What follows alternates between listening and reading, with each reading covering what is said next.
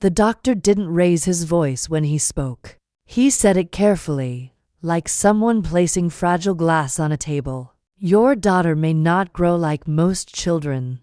But the moment those words left his mouth, they shattered the quiet room. I was sitting in a small pediatric clinic in Chicago, holding my 3-month-old daughter, Lily, against my chest.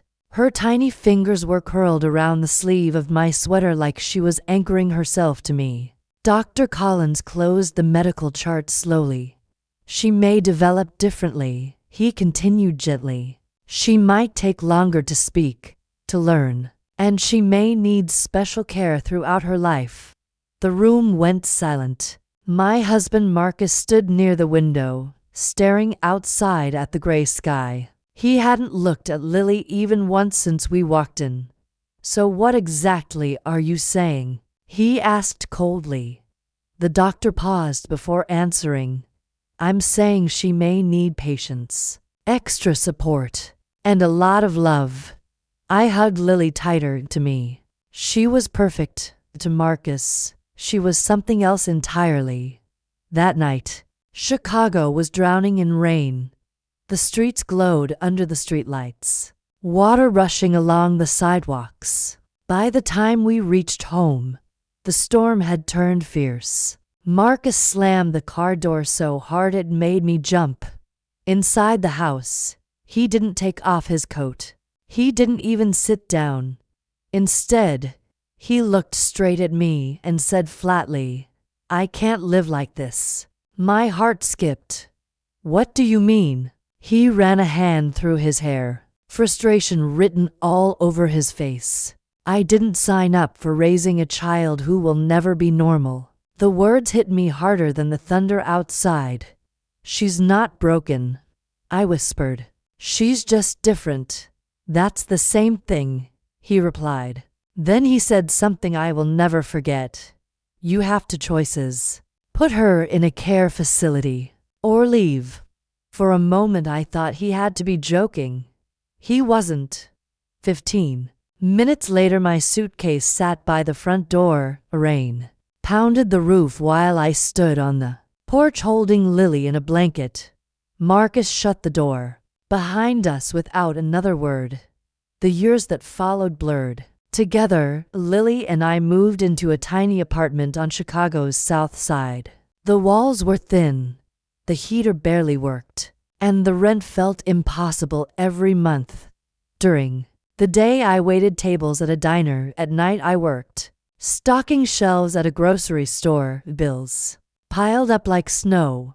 Some nights I would sit at the kitchen table staring at them, wondering if Marcus had been right. Then Lily would walk over, take my hand, and ask in her quiet little voice, "Mom, are you tired?" And somehow, that question always gave me the strength to keep going. Lily truly was different, and she spoke later than other children. Crowded rooms overwhelmed her. Loud noises made her anxious, but her mind worked in ways that amazed everyone who met her. When she was 6, she found a broken radio at a thrift store without anyone teaching her. She opened it, studied the wires, and somehow fixed it. At 8 years old, she was already repairing computers at her elementary school. One afternoon her teacher called me. "Your daughter found a major problem in our system," she said, half laughing. I blinked. "She did what?" We're honestly not sure how she even understood it. Life didn't suddenly become easy, but Lily kept growing into someone extraordinary, curious, quiet, brilliant. By the time she turned 20, she sat across from me at our kitchen table and said something that nearly made me drop my mug. "Mom, I'm moving to California." "What?" "A tech company offered me a job." I stared at her. "You haven't even finished college." She smiled calmly. "They don't care about the degree. They want the program I built." 6 months later, I finally understood. The software Lily created had become worth millions, The same mind people once feared was now solving problems some of the best engineers couldn't. 15 years after the night we were thrown into the rain, something strange happened. I was finishing a shift at the diner when Lily called. "Mom," she said slowly, "I came across a patient case today." "What kind of case?" "My company is working with hospitals to analyze brain data to help doctors understand complex neurological diseases." I smiled, proud as always. Then Lily went quiet. "The patient's name is Marcus Reed." My hands started trembling. The same Marcus, the man who had abandoned us. He was now lying in a hospital bed with a serious neurological condition doctors couldn't fully understand. And Lily's technology, the very kind of mind he once rejected, might be the key to helping treat him. When Lily visited the hospital, I went with her. Marcus looked older. His hair had turned completely gray, deep lines carved into his face. But the moment he saw us walk into the room, recognition filled his eyes. "Lily," he whispered. His voice broke. She nodded politely and walked closer. For several seconds, nobody spoke.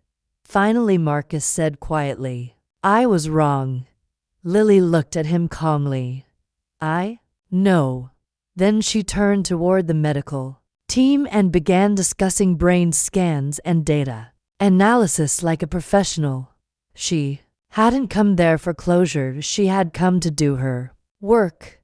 Later that night, as we drove home, I asked the question that had been sitting in my chest all day. "Why did you help him?" Lily stared out the window, watching the city lights blur across the glass. Then she said softly, "Because the thing he was afraid of, the thing he rejected," she paused, "might help save someone's life." I reached over and squeezed her hand, and in that moment, a strange peace filled my heart. The man who once cast us out into the storm had not destroyed us. In a strange way, he had helped shape the strength we carried. And my extraordinary daughter, the one the world once doubted, was now helping change it.